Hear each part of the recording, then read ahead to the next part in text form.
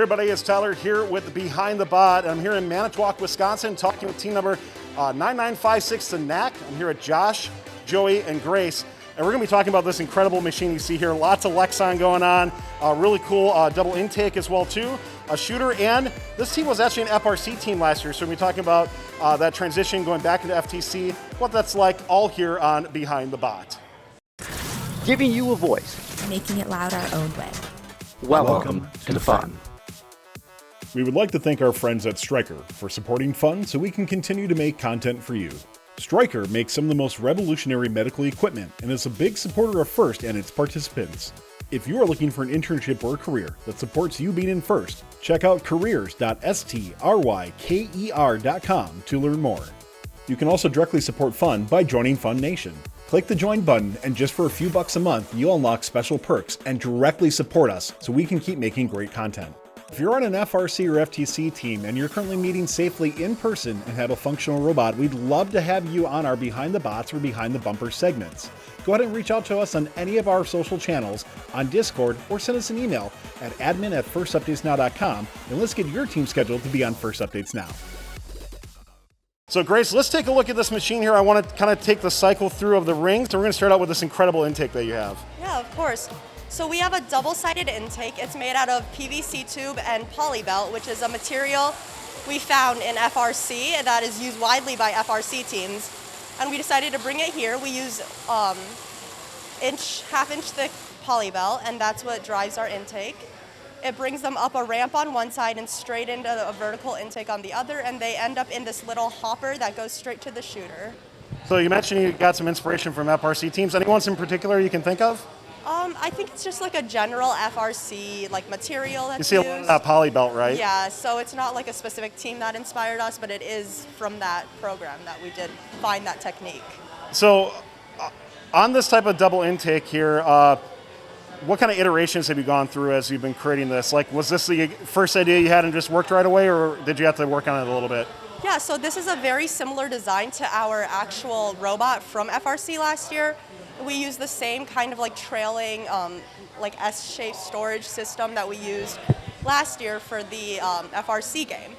However, this year it's kind of changed to be with rings, and this is the second intake iteration. The first one dragged the rings along the floor up into it, but we added a ramp and made some minor tweaks just to make it more efficient so that we had control over the rings more, and that it was just better overall. But yeah, it's the same idea overall. Yeah. Makes a lot of sense, and you see this coming through here. I love the process is going through, very fluent that you have as well. And that kind of leads us into the shooter mechanism. So I'd love to hear a little bit more about what you chose for a shooter, maybe a little bit more about the motors being used, any other stats that you want to run through on this as well. So the shooter has the, so the rings fall into this hopper here, and then we have a servo that will push the ring forward, and eventually it'll get caught on our wheel right here. They get pushed in here and then get shot off the wheel.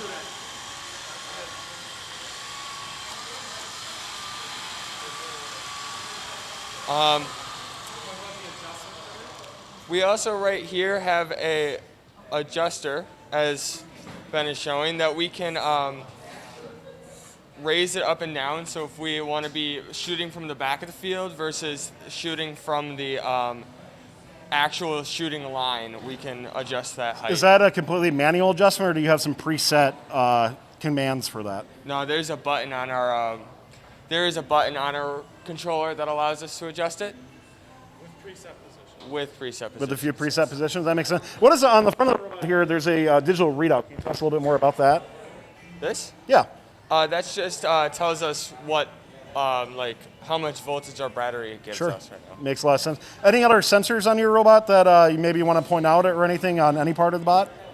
Well, this camera here will recognize how many rings are stacked in the field for the beginning of autonomous, and then it just kind of recognizes how many there are and then chooses what actual autonomous it has to do, depending on if it has to go pick up 4, 1, or doesn't even have to pick up any rings at all. Makes a lot of sense. I want to move on to the custom chassis here. A lot of Lexon that you guys have with this spot here, and for what you told me before, all custom done as well too. So tell me about some of this custom work and the aesthetics on this robot. Yeah, so last year we were sponsored by a company called Stepcraft. They provided us with a little machining CNC mill.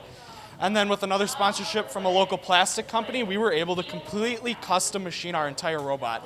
So you can see all of this was machined in-house. We've got different weight-saving holes just to save weight. Even our drivetrain is all sheets of Lexan. We have aluminum churros holding it together, but the majority of our robot is Lexan. This provides us with needed rigidity. But we can take a hit because Lexan is known for its flexible properties, and it actually goes back to position no matter how, if you don't extend it over 45 degrees. So we can take hits from other robots, but we still have the needed rigidity so things flow nicely in our robot.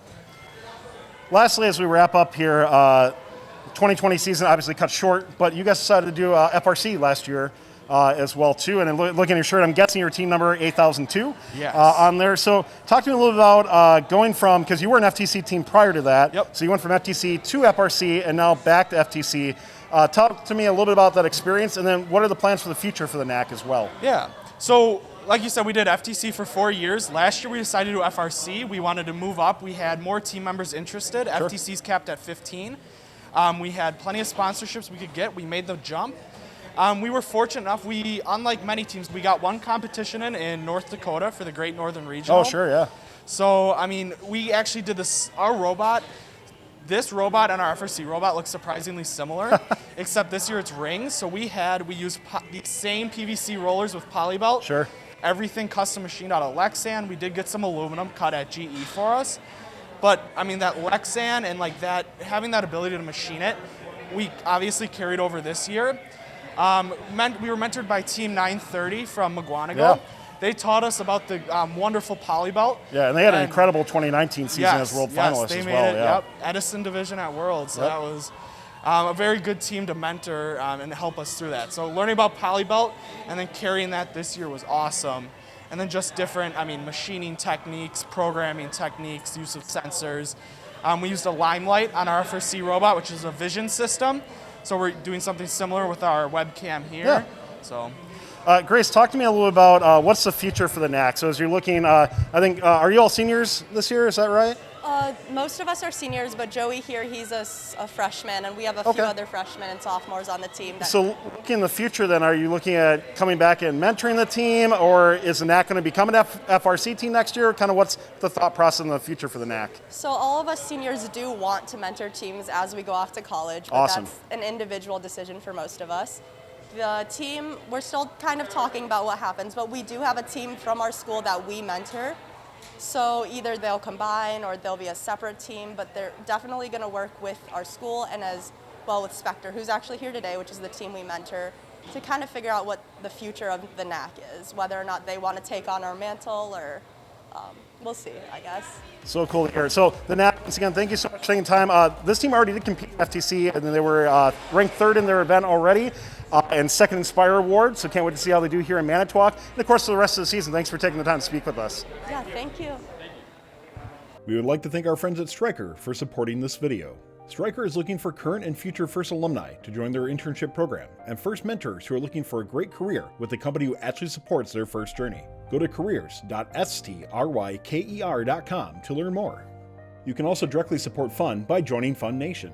Click the join button, and just for a few bucks a month, you'll unlock special perks and directly support us so we can keep making great content. Don't forget to like, subscribe, and ring the bell to stay up to date on our new videos. Keep the conversation going and provide your input to our content. Watch our live shows at twitch.tv/firstupdatesnow. Join our Discord at discord.gg/firstupdatesnow. And check out Fun FTC on Facebook, Instagram, and Twitter, and First Updates Now on Facebook, Instagram, TikTok, and Twitter.